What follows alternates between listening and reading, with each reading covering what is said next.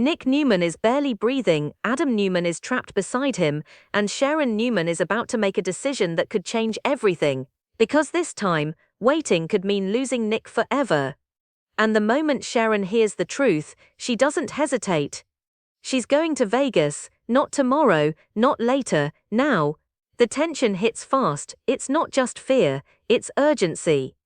Because somewhere out there, Nick is running out of time. And Sharon knows it. Everything begins with a message.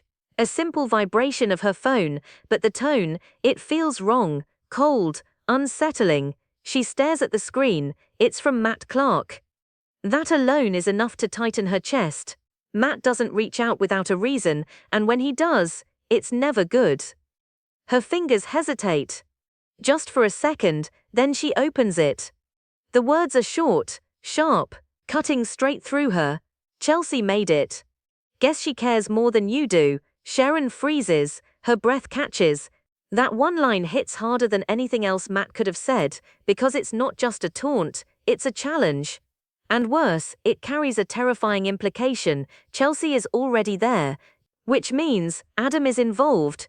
Which means Nick is in danger. Sharon doesn't need more details, her instincts take over, her heart starts racing, because she knows Matt. She knows how he operates. If he's reaching out like this, something is very wrong, and then her phone buzzes again.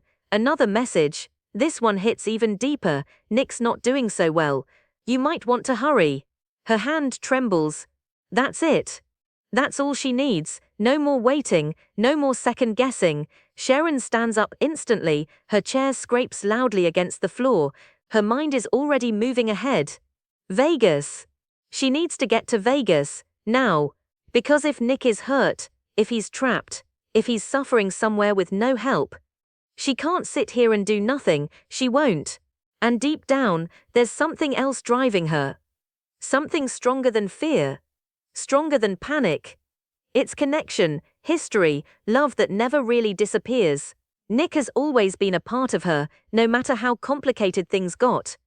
No matter how many times life pulled them apart.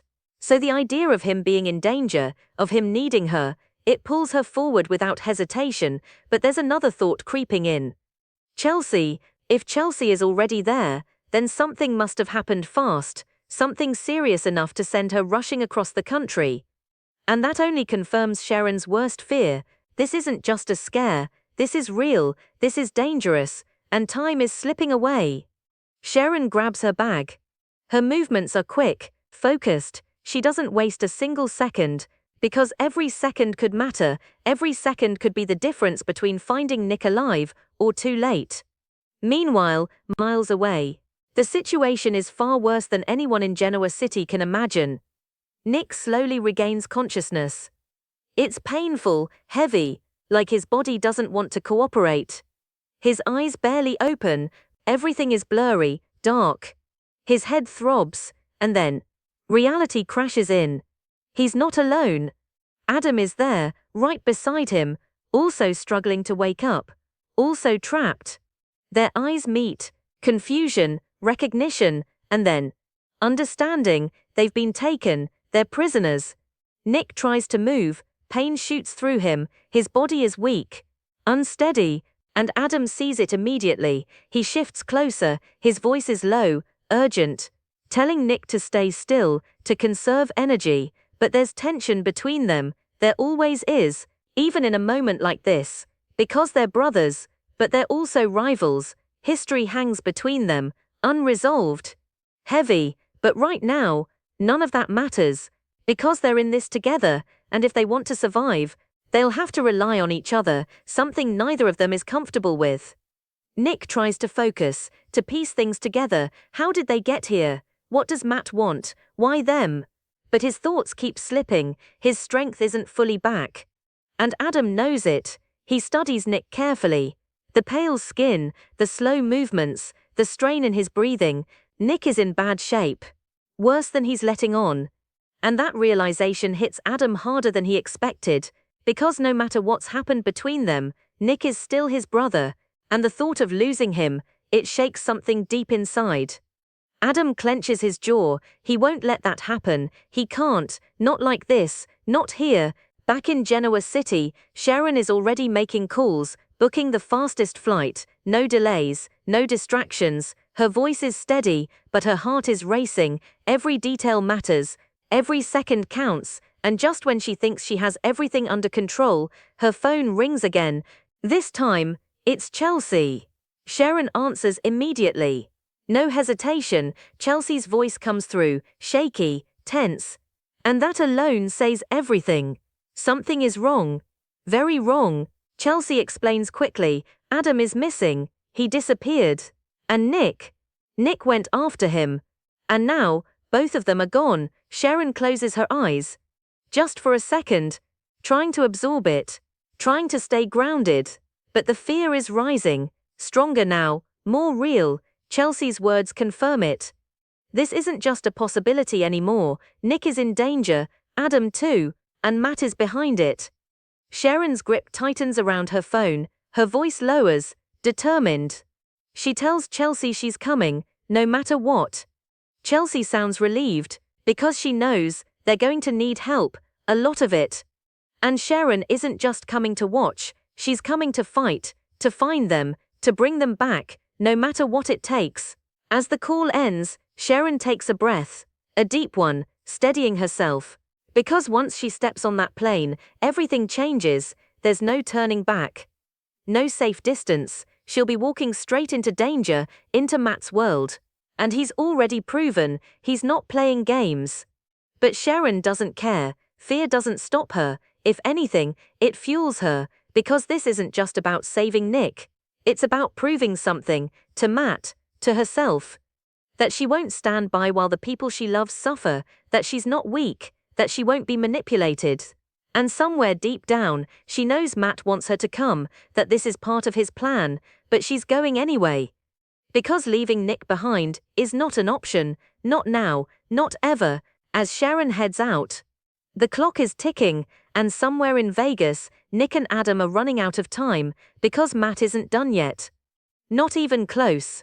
And the next move could be the one that changes everything. Victor Newman doesn't miss opportunities, especially when they come wrapped in chaos. And right now, Jack Abbott's marriage is falling apart, piece by piece. And Victor is watching, waiting, ready to strike. Because when emotions run high, mistakes happened. And Victor knows exactly how to use that. It starts with a simple dinner, Jack and Nicky Newman, two old connections. Sitting together, talking. Maybe reminiscing, maybe just enjoying the moment. But to someone watching from a distance, it looks like something more, and that someone is Diane Jenkins Abbott. She sees them, sees the way they lean in, the way they laugh, the way the moment feels intimate. And something inside her snaps. Because trust has already been fragile, tension already high, and this pushes it further. Diane's jaw tightens, her eyes narrow. She doesn't see context, she doesn't see innocence, she sees betrayal, or at least, the possibility of it. And that's enough. Her emotions take over, anger, jealousy, frustration. It all builds at once.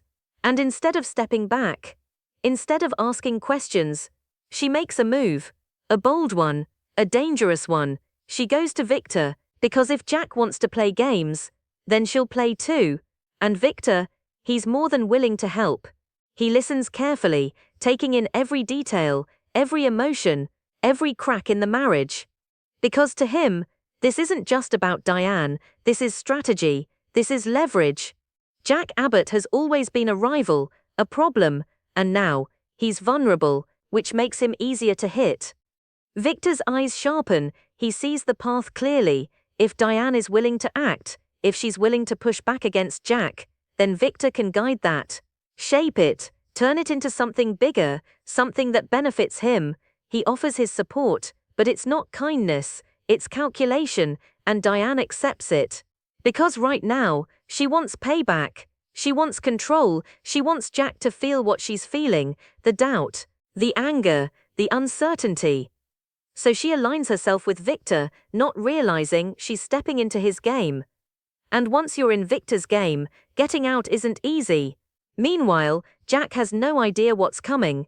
He's still at dinner, still unaware of the storm building behind his back. But that peace doesn't last long, because eventually, the truth surfaces. Jack finds out about Diane meeting with Victor, about the plan, about the betrayal, and when he does, the reaction is explosive. Jack's anger is immediate, sharp, uncontrolled, because this isn't just a disagreement. It's a line being crossed, a boundary shattered.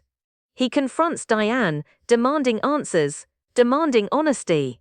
But what he gets instead is resistance. Diane doesn't back down, she stands her ground, firing back with her own accusations, her own hurt, her own version of events. And suddenly, it's not just about Victor anymore, it's about everything. Every insecurity, every doubt, every unresolved issue in their marriage. All of it comes pouring out. The argument intensifies. Voices rise. Tempers flare, and neither of them is willing to give in. Because both feel justified. Both feel wronged. And in that moment, their marriage takes another hit. A serious one. The kind that doesn't just fade away. The kind that leaves damage. Real damage. And Victor, he's watching it unfold. Exactly as he planned. Because the more Jack and Diane fight, and the weaker they become, the easier they are to defeat. Elsewhere in Genoa City, a different story is playing out. One that's just as complicated, just as emotional, but in a completely different way. Sally Spectra stands in front of Billy Abbott, holding a truth that changes everything. She's pregnant. The words hang in the air, heavy, unavoidable. Billy doesn't respond right away. He just stares, trying to process it, trying to understand what it means. Because this isn't something small, this is life-changing. And for Billy, it brings a flood of emotions, shock, confusion, concern, and maybe even a hint of something deeper, but he doesn't show it all at once, he keeps it controlled, measured. Asking questions, trying to figure out what happens next. Sally watches him closely, searching his face for a reaction, for reassurance, for something solid. Because she's just as overwhelmed, just as uncertain. This wasn't planned, it wasn't expected, but now, it's real, and they have to deal with it, together. Or not. And that's the question hanging between them. What does this mean for their future, for their relationship, for everything they thought they understood? Billy takes a breath, slow, deliberate. He knows this moment matters, that what he says next could shape everything, so he chooses his words carefully, but even then, there's no easy answer, because situations like this, they don't come with clear solutions, only choices, difficult ones, and consequences that follow. As Sally waits, the tension builds, because she needs to know where Billy stands, whether he's in this with her, or not. And as that moment stretches, as the silence lingers, everything feels uncertain, unstable, like one wrong word could change everything. Back in Vegas, the danger is escalating, Nick's condition is getting worse, Adam can see it, feel it. Every second they remain trapped, Nick grows weaker, and Adam's options are running out. He looks around, searching for anything, any way out, any chance to fight back. Because sitting still is not an option, not when Nick's life is on the line, and somewhere out there, Sharon is getting closer, closer to the truth. Closer to the danger, closer to them, but will she get there in time, or is she already too late? Because Matt Clark isn't finished. Not by a long shot, and his next move could be the one that decides everything. So the real question is, when Sharon finally reaches Vegas, will she save Nick? Or walk straight into a trap she can't escape?